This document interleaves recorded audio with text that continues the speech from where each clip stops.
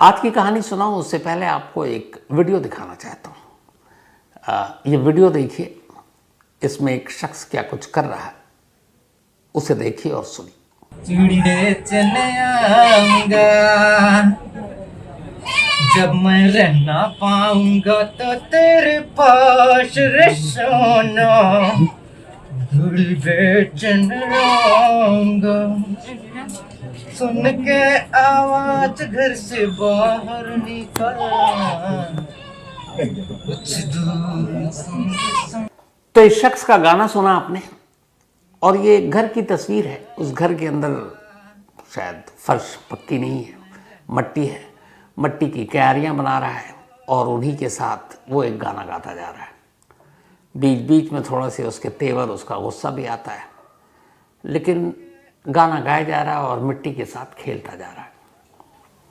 तो इसका ये खेल भी देखा आपने और ये गाना भी सुना। इस तस्वीर में अभी तक ऐसी कोई चीज़ नहीं है, लेकिन इसके आगे की तस्वीर ना आप देख पाएंगे ना मैं दिखा पाऊंगा। तो उस तस्वीर को रहने दीजिए, उस तस्वीर की कहानी बताता हूँ। जिस जगह पर, जिस घर के अंदर ये शख्स बैठा हुआ इस वक्त मिट्टी से खेल रहा और साथ में गुनगुना रहा है, उससे मुश्किल से 8 से 10 कदम की दूरी पर उसकी दाईं तरफ इसी घर के अंदर एक पूरे कमरे में लाश के छोटे छोटे टुकड़े बिखरे पड़े हैं। उन टुकड़ों की मौजूदगी में 8-10 कदम दूर बैठकर ये गुनगुना रहा है और इस मिट्टी के साथ खेल रहा है। जो लाश के टुकड़े हैं वो एक महिला के हैं, और वो महिला कोई और नहीं, इसी शख्स की मां है, सगी मां। बस यूं समझिए कि करीब आधे घंटे पहले, ये जो आप इसकी तस्वीर देख रहे हैं, ठीक इससे आधे घंटे पहले इसने अपनी मां का पहले गला घोंटा। जब वो मर गई तब इसने कुल्हाड़ी उठाई और अपनी मां के टुकड़े करने शुरू कर दिए। इतने सारे टुकड़े की सोच से भी परे की चीज है। घर के जो बाकी मेंबर थे उसको इसने एक कमरे में बंद कर दिया था। इसके बाद उसी कमरे में दूसरे जो बाहर जहां टुकड़े किए वहां उन टुकड़ों को छोड़ा और अब आकर यहां पे मिट्टी के साथ खेलने लगा और गाना गाने लगा। ये दहला देने वाली तस्वीर छत्तीसगढ़ के जशपुर की है। जब ये सब कुछ हो रहा था तभी घर के अंदर कमरे में बंद लोग, कुछ महिलाएं चीखने लगी। जब वो चीखने लगी तो आस पड़ोस के लोगों तक आवाज़ गई। जब आवाज़ गई तो उन्होंने चीख कर बताया कि अंदर क्या हुआ। एक शख्स ने झांक कर देखा, वो दहल गया, वहाँ से उल्टे पैर भागा। उसने पुलिस को खबर दी। थोड़ी देर के बाद अब पुलिस मौके पर पहुंची, लेकिन जैसे ही पुलिस मौके पर पहुंची अब वो शख्स पुलिस पर हमलावर हो जाता है उसी कुल्हाड़ी से जिस कुल्हाड़ी से उसने कुछ देर पहले अपनी मां के टुकड़े किए थे। करीब 3 घंटे लगते हैं पुलिस को इस शख्स पर काबू पाने में। 3 घंटे बाद कहीं जाकर इस शख्स पर काबू पाया गया, उसे थाने ले जाया गया और अब उससे पूछताछ हो रही है। जो वहाँ के पुलिस अफसर हैं उनका ये कहना है कि फिलहाल उसकी बातचीत से, उसकी पूछताछ से ऐसा लगता है जैसे उसकी दिमागी हालत ठीक नहीं है। लेकिन घर वालों का ये है कि अभी तक वो बिल्कुल ठीक था, अब ये पता नहीं क्या हुआ। पूरा घर दहशत में था। पुलिस के बाद वो लोग भी आज़ाद हुए और उसकी गिरफ्तारी के बाद जब पुलिस उस कमरे में पहुंची जहां लाशों के टुकड़े बिखरे पड़े थे, वो मंजर देखकर पुलिस वालों की भी हालत खराब हो गई।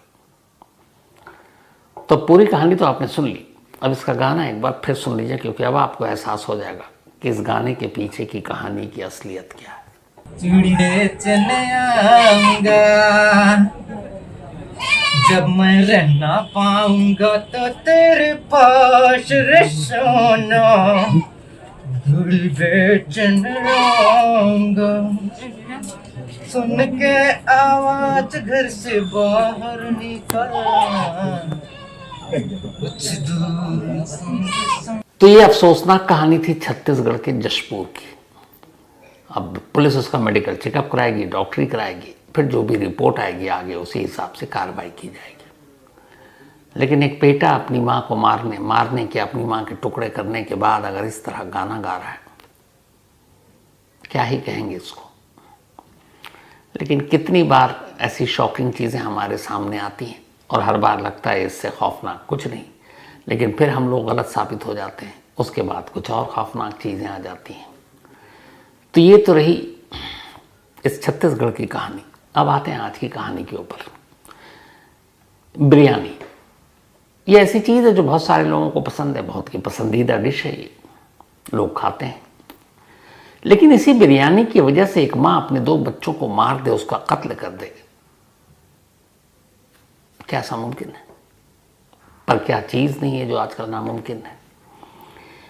ये कहानी है तमिलनाडु की। तमिलनाडु में एक जगह है कांचीपुरम, और ये कांचीपुरम हमेशा इसलिए मशहूर है क्योंकि यहाँ की साड़ियाँ बहुत मशहूर हैं। कांचीपुरम साड़ी देश दुनिया में काफ़ी मशहूर है। इसी कांचीपुरम में एक महिला रहा करती थी, उसका नाम है अभिरामी। अभिरामी जब बड़ी हुई तो घर वालों ने लड़का देखना शुरू किया। विजय नाम के एक पढ़े लिखे लड़के के साथ रिश्ता तय हुआ। अभिरामी की शादी हो गई। विजय एक प्राइवेट बैंक में ठीक ठाक पोस्ट पर था। शादी के बाद सब कुछ गृहस्थी ठीक ठाक चल रही थी। दोनों के 2 बच्चे हुए। इनमें से एक 7 साल का बेटा अजय और एक 4 साल की बेटी थी। विजय भी खुश, अभिरामी भी खुश, सब ठीक ठाक। लेकिन फिर 2016-17 जब सोशल मीडिया का थोड़ा दौर बढ़ा तो उसके बाद रील और ये सारी चीज़ें आनी शुरू हुई, तो अभिरामी की भी नज़र उस तरफ पड़ी। वो उस वक्त टिकटॉक भी था जो बंद हो गया, तो सोशल मीडिया की तरफ थोड़ा ज़्यादा एक्टिव रहने लगी। और उसे एक और शौक़ था, सोशल मीडिया के साथ रील बनाने के साथ बिरयानी उसकी फेवरेट डिश थी।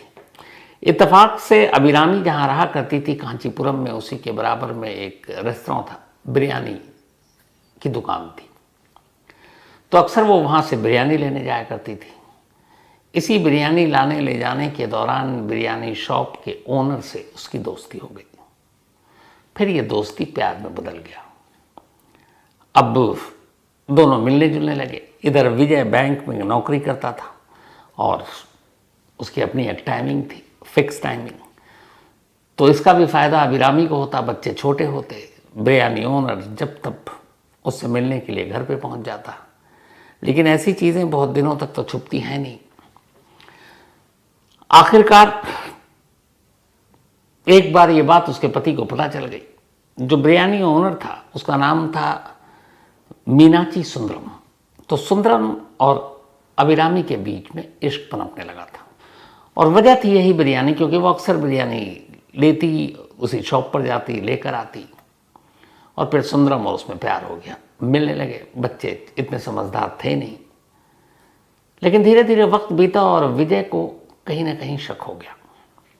अब जब विजय को शक हुआ तो उसने नज़र रखनी शुरू कर दी। अब अभिरामी को ये पता था कि विजय बेशक बैंक में है, लेकिन उसके पीछे में कुछ ना कुछ लोगों को उसने इस काम पे लगा रखा कि वो पता करे कि उसके पीछे में घर में कौन आता है। और ये साबित भी हो गया। 1-2 बार जब सुंदरम आया, विजय को पता चल गया, उसने बैंक से ही फ़ोन किया।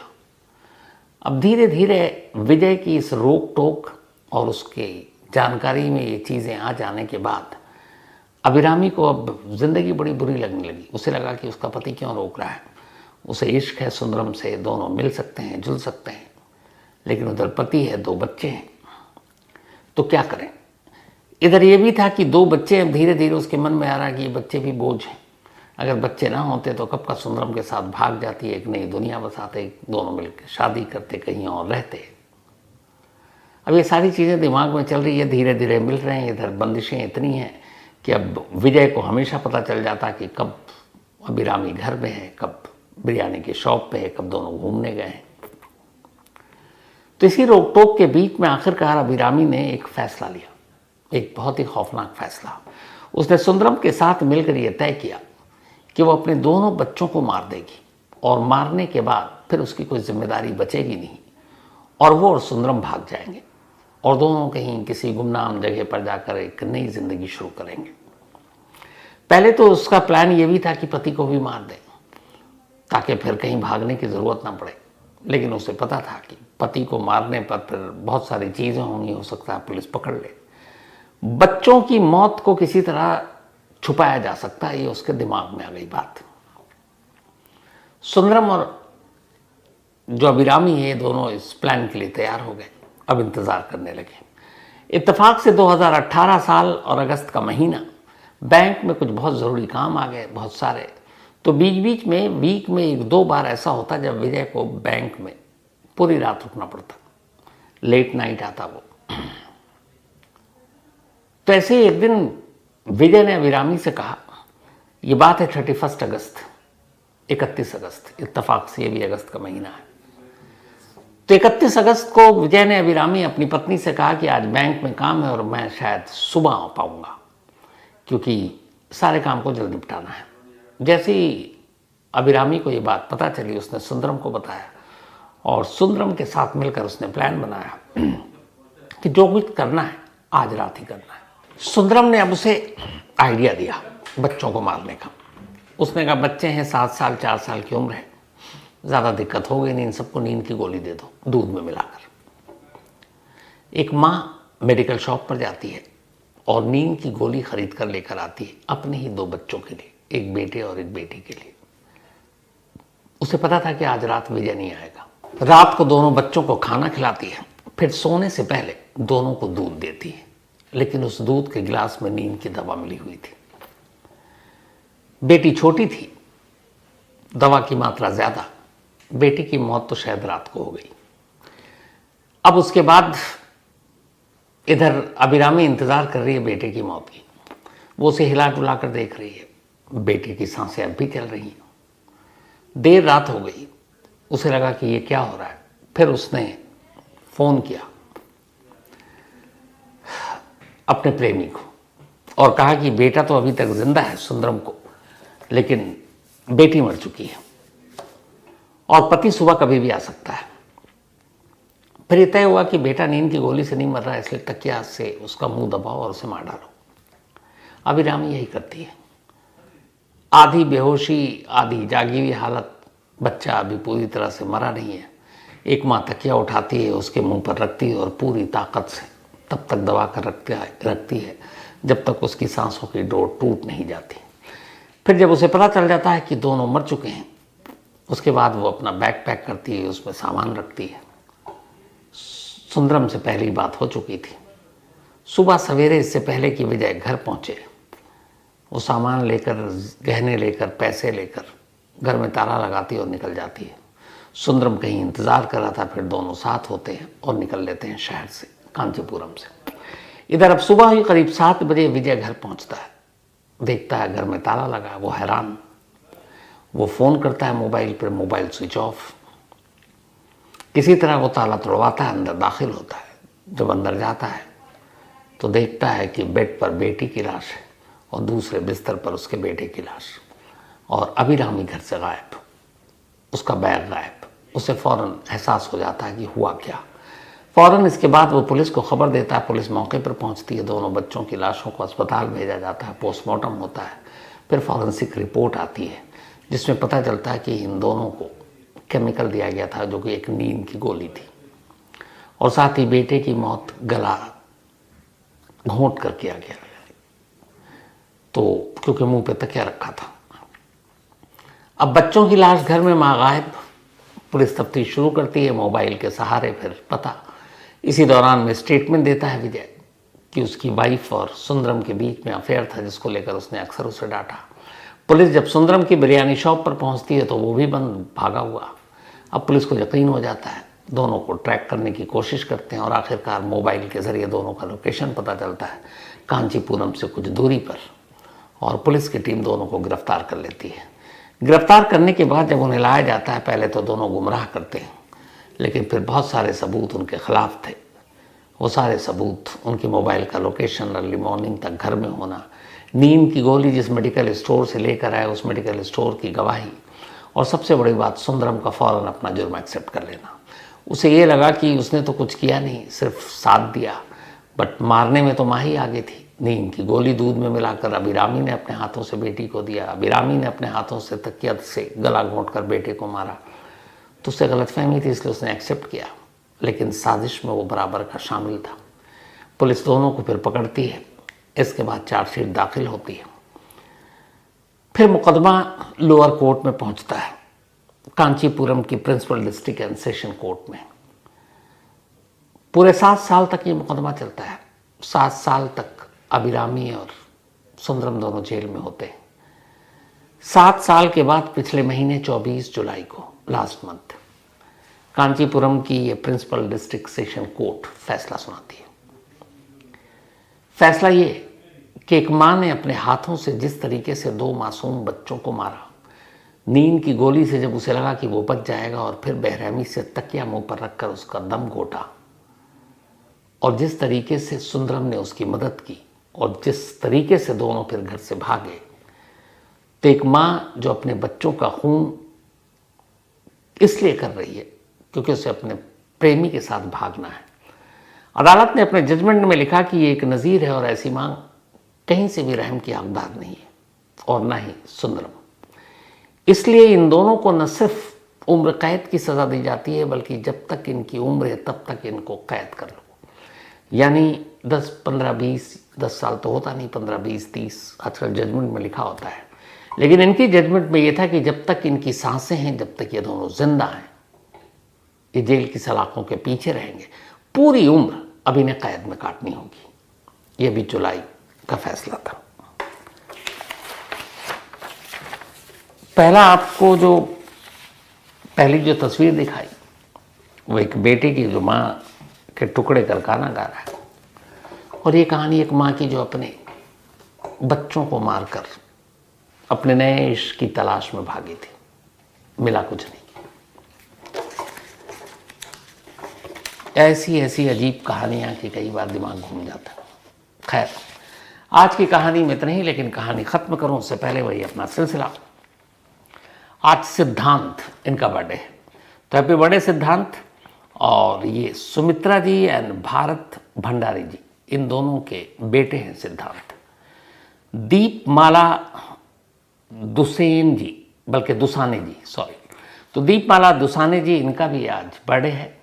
तो दीपमाला जी, जन्मदिन की हार्दिक शुभकामनाएं, आप हमेशा अच्छी रहें, यही मेरी दुआ है। और ये रोहित दुसाने की मम्मी है। साथ ही अरसलान, इनका भी आज बर्थडे है, तो हैप्पी बर्थडे अरसलान। और ये भेजा है अदनान अंसारी ने। इसके अलावा अमन मिश्रा, इनका भी बर्थडे है, तो हैप्पी बर्थडे अमन, हमेशा आप अच्छे रहें। और ये श्रुति मिश्रा जी के पति हैं। साथ ही डॉक्टर जुल्फ़िकार खान, इनका भी आज बर्थडे है, तो doctor Zulfikar Khan happy birthday. और ये भेजा है आफ्ताब एंड शगुफ्ता खान ने, इन दोनों के भाई हैं डॉक्टर जुल्फ़िकार। गुरिंदर सिंह, इनका भी आज बर्थडे है, तो हैप्पी बर्थडे गुरिंदर पाजी। और ये भेजा है प्रीत कौर ने, प्रीत कौर के हस्बैंड हैं, एक गुरिंदर पाजी हमारे दफ्तर में भी हैं, क्या जॉली मोड के गज़ब, और बहुत अच्छे डांसर भी हैं, क्या भांगड़ा पालते हैं।